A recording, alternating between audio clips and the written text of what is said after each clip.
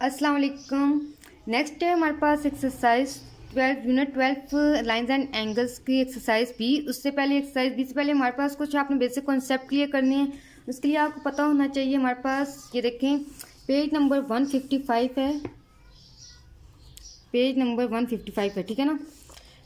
Angles, अब उसने angles को डिस्कस किया हुआ है, तो एंगल्स कंस्ट्रक्ट किस तरह करते हैं। देखें, जब भी हमेशा माइंड में रखना है कि आपके पास टू लाइन जब वन पॉइंट पे मीट करती हैं, ठीक है ना, वन कॉमन वर्टिक्स पे मीट करेंगे तो वो आपके पास एंगल बनाएंगी, ठीक है। टू लाइंस, ठीक है ना, meet at one common vertex, तो वो हमारे पास क्या होगा, एंगल कंस्ट्रक्ट करेगी, एंगल बनेगा। अब यहाँ पे उसने एंगल्स कहा हुआ है, तो यहाँ पे देखिए एडजेसेंट एंगल, एड वर्ड से हमारे पास एडजेसेंट एंगल्स, तो इट्स मीन एक से ज़्यादा एंगल, ठीक है ना, सिंगल एंगल नहीं, वो सिंगल के लिए हम कहते हैं एंगल वर्ड यूज़ करते हैं।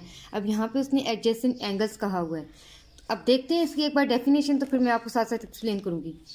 ये हमारे पास एडजेसेंट की डायग्राम है। यहाँ पे हमारे पास है एडजेसेंट एंगल में हैव अ कॉमन वर्टेक्स, वो कह रहा है हमारे पास क्या है, common vertex one common arm, और उसकी आर्म क्या है, वन कॉमन आर्म होगी, and they lie on opposite sides of the common arm in the figure. अब उसने डायग्राम में बता दिया कि हमारे पास टू एंगल्स बन रहे हैं। अब मैं आपको साथ साथ बताती हूँ। देखें, ये हमारे पास एडजेसेंट की डायग्राम गिवन है, हमेशा माइंड में रखना है एडजेसेंट में आपके पास वन कॉमन वर्टेक्स पे थ्री लाइंस मीट करेंगी। कितनी लाइंस मीट करेंगी, three lines one common vertex पे, ठीक है ना। ये देखें 1 2 3 लाइन। अब उसने खुद कह दिया है कि हमारे पास क्या है, इसमें कॉमन वर्टेक्स, ऑफ कोर्स देखें ये कॉमन वर्टेक्स है ना, ओ के साथ ए ओ बी ओ सी, ओ हमारे पास कॉमन वर्टेक्स है। फर्स्ट बात इसकी क्लियर है। सेकंड वो कह रहा है वन कॉमन आर्म है। वन कॉमन आर्म किस तरह होगी, देखें अगर मैं अपने, ये देखें फर्स्ट एंगल मेरे पास ये बन रहा है, सेकंड एंगल मेरे पास ये होगा, ठीक है ना। तो मैं क्या करती हूँ, मैं इसको आपके आसानी के लिए इसको सेपरेट कर देती हूँ। किस तरह, मैं एक इस तरह ओपन कर लेती हूँ एंड सेकंड में इस तरह ओपन कर लेती हूँ, ठीक है। ये हमारे पास क्या होगा, ए ओ बी, और ये क्या हो जाएगा हमारे पास, बी ओ सी, ठीक है। अब उसने क्या कहा है, वन कॉमन आर्म, तो ये देखें ओ भी हमारे पास एंगल वन के साथ भी आ रही है, ठीक है, एंड ओ भी एंगल बी के साथ, सेकंड एंगल के साथ भी आ रही है। तो ये टू एंगल्स हमारे पास क्या, किसको शो कर रहे हैं, एडजेसेंट को। किस तरह, क्योंकि लेकिन मैंने ये आपकी आसानी के लिए इसको अलग किया है ना। तो ये जब ये हमारे पास में कॉमन वर्टेक्स आ रहा है, कॉमन वर्टेक्स ओ है, कॉमन आर्म ओ भी है, ठीक है ना, टू बातें क्लियर हो गई हैं। तो ये हमारे पास क्या होगा, एडजेसेंट।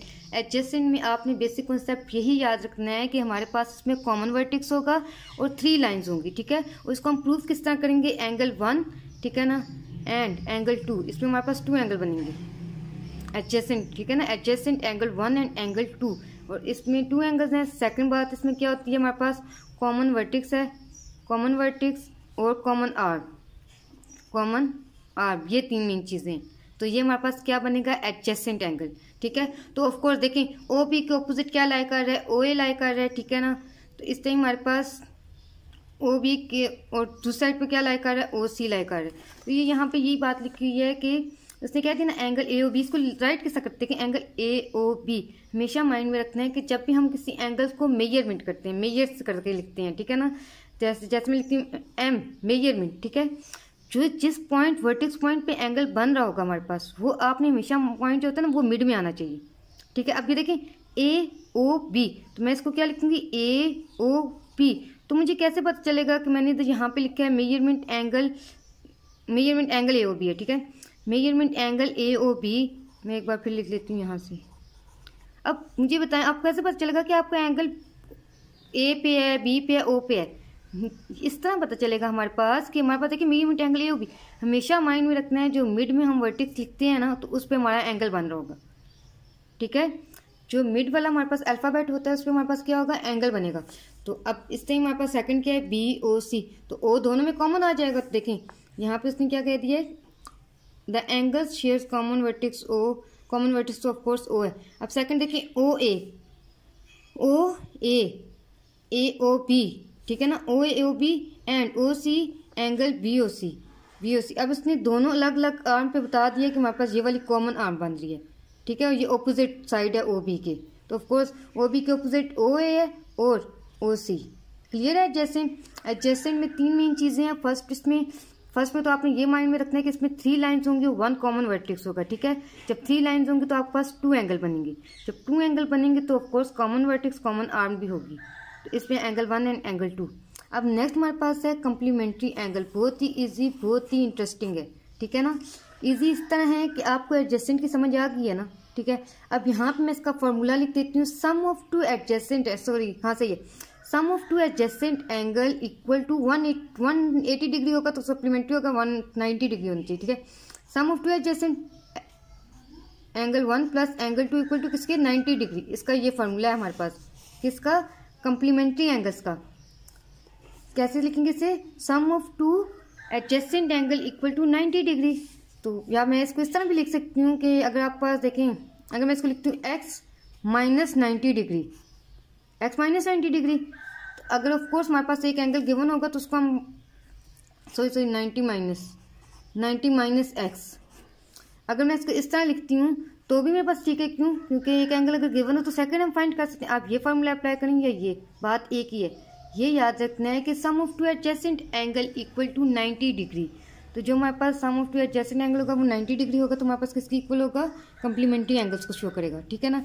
अगर आपको एंगल 1 गिवन हो तो ऑफकोर्स आप एंगल 2 फाइंड कर सकेंगे, 2 गिवन हो तो 1 फाइंड कर सकेंगे, कोई एक तो एंगल गिवन होगा आपके पास। तो यहाँ पे ये देखिए इसने एग्जाम्पल दी हुई है। नेक्स्ट है, आप कम्प्लीमेंट्री समझ आ गया ना, angle 1 plus angle 2 equal to 90 degree या 90 माइनस x, ये हमारे पास किसका फॉर्मूला है, कम्प्लीमेंट्री एंगल का। नेक्स्ट है हमारे पास सप्लीमेंट्री एंगल्स, बहुत ही इजी है, sum of 2 adjacent angle, angle 1 plus angle 2 equal to 180 degree, तो ये हमारे पास क्या होगा, supplementary angle, sum of 2 adjacent angles है ना, इक्वल टू 180 डिग्री।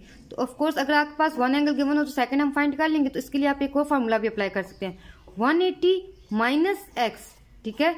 ये भी हमारे पास किसका फार्मूला है, सप्लीमेंट्री का। अब ये देखें, ये आपके पास यहाँ पे डायग्राम गिवन है ना, इसमें हमारे पास फर्स्ट एंगल क्या है, 110 है, तो हमने सेकंड एंगल फाइंड करना है। तो ऑफकोर्स 110 को 180 में से माइनस कर दें तो हमारे पास क्या आ जाएगा, 70 डिग्री, तो हमारे पास सेकंड एंगल क्या हो जाएगा, 70 डिग्री।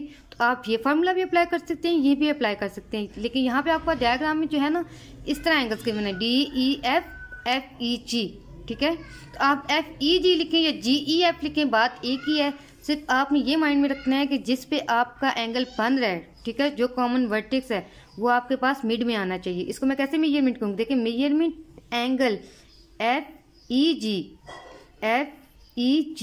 ये मुझे गिवन है, किसकी, 110 के। मैंने फाइंड क्या करना है, DEF, मैंने फाइंड क्या करना है, मेजरमेंट एंगल DEF, ये मैंने फाइंड करना है। तो मैं इसको x के रिप्रेजेंट कर, इसको मैं x शो कर देती हूँ गिवन को। तो अगर गिवन वाला x है तो 180 में से माइनस करेंगे तो सेकंड आ जाएगा। आप x भी शो कर सकते हैं, इसको एंगल 1 भी ले सकते हैं, ठीक है।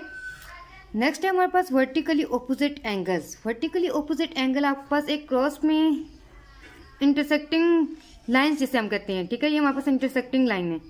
तो वर्टिकली ऑपोजिट एंगल्स मीन कि आपके पास ऑपोजिट एंगल, आमने सामने जो एंगल्स होते हैं ना वो एक दूसरे के इक्वल होंगे, ठीक है।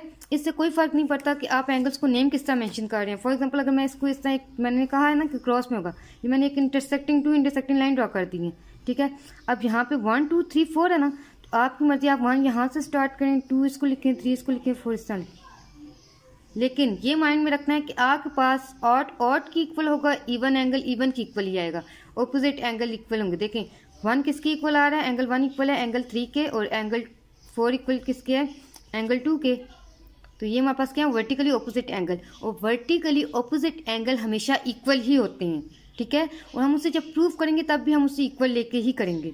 अब यहाँ पे देखें, यहाँ पे उसने एग्जांपल दी हुई है, यहाँ पे उसने 180 डिग्री लिखा हुआ है, क्यों, वो इसलिए कि जब देखें अगर हम अपने एंगल्स को प्रूव करते हैं तो ये हमारे पास इस तरह एक डी शेप बन जाएगी ना, तो ये वाली साइड लेके अलग से प्रूव करेंगे। अगर इसका फर्स्ट एंगल गिवन है तो सेकंड एंगल मैं फाइंड कर सकूंगी, किस तरह फाइंड करूंगी, इनमें से कोई एक भी एंगल आपको गिवन होना तो आप सारे एंगल फाइंड कर सकेंगे, क्यों, क्योंकि हम उसको इक्वल लेके एक दूसरे के। तो मैं आपको वो भी नेक्स्ट बताऊंगी कि वर्टिकली ऑपोजिट एंगल सोल्व किस तरह करते हैं, ये आपके पास क्लास 6 में मैं प्रूव करके बताऊंगी, तो आप वहाँ से भी देख सकते हैं। नेक्स्ट एक्सरसाइज के लिए मैंने आपको क्या क्या बताया, एडजेसेंट एंगल। एडजेसेंट एंगल में मेन पॉइंट क्या होता है, हमारे पास में 2 एंगल होंगे, 1 कॉमन वर्टेक्स होगा, हाँ सही है, 1 कॉमन वर्टेक्स और 1 कॉमन आर्म, ठीक है। सेकंड आपके पास कम्प्लीमेंट्री में हम क्या करते हैं, सम ऑफ 2 एडजेसेंट लेते हैं, sum of 2 adjacent angle equal to 90 degree. Third है आपके पास सप्लीमेंट्री एंगल्स कौन से होते हैं? Sum of two adjacent angles is equal to 180 degree, ठीक है। लास्ट है आपके पास वर्टिकली ऑपोजिट एंगल हमेशा हमारे पास इक्वल होंगे। जहाँ से आपको समझ नहीं आई कमेंट में मुझे बताएं, मैं आपको नेक्स्ट वीडियो में एक्सप्लेन कर दूँगी। अल्लाह हाफिज़।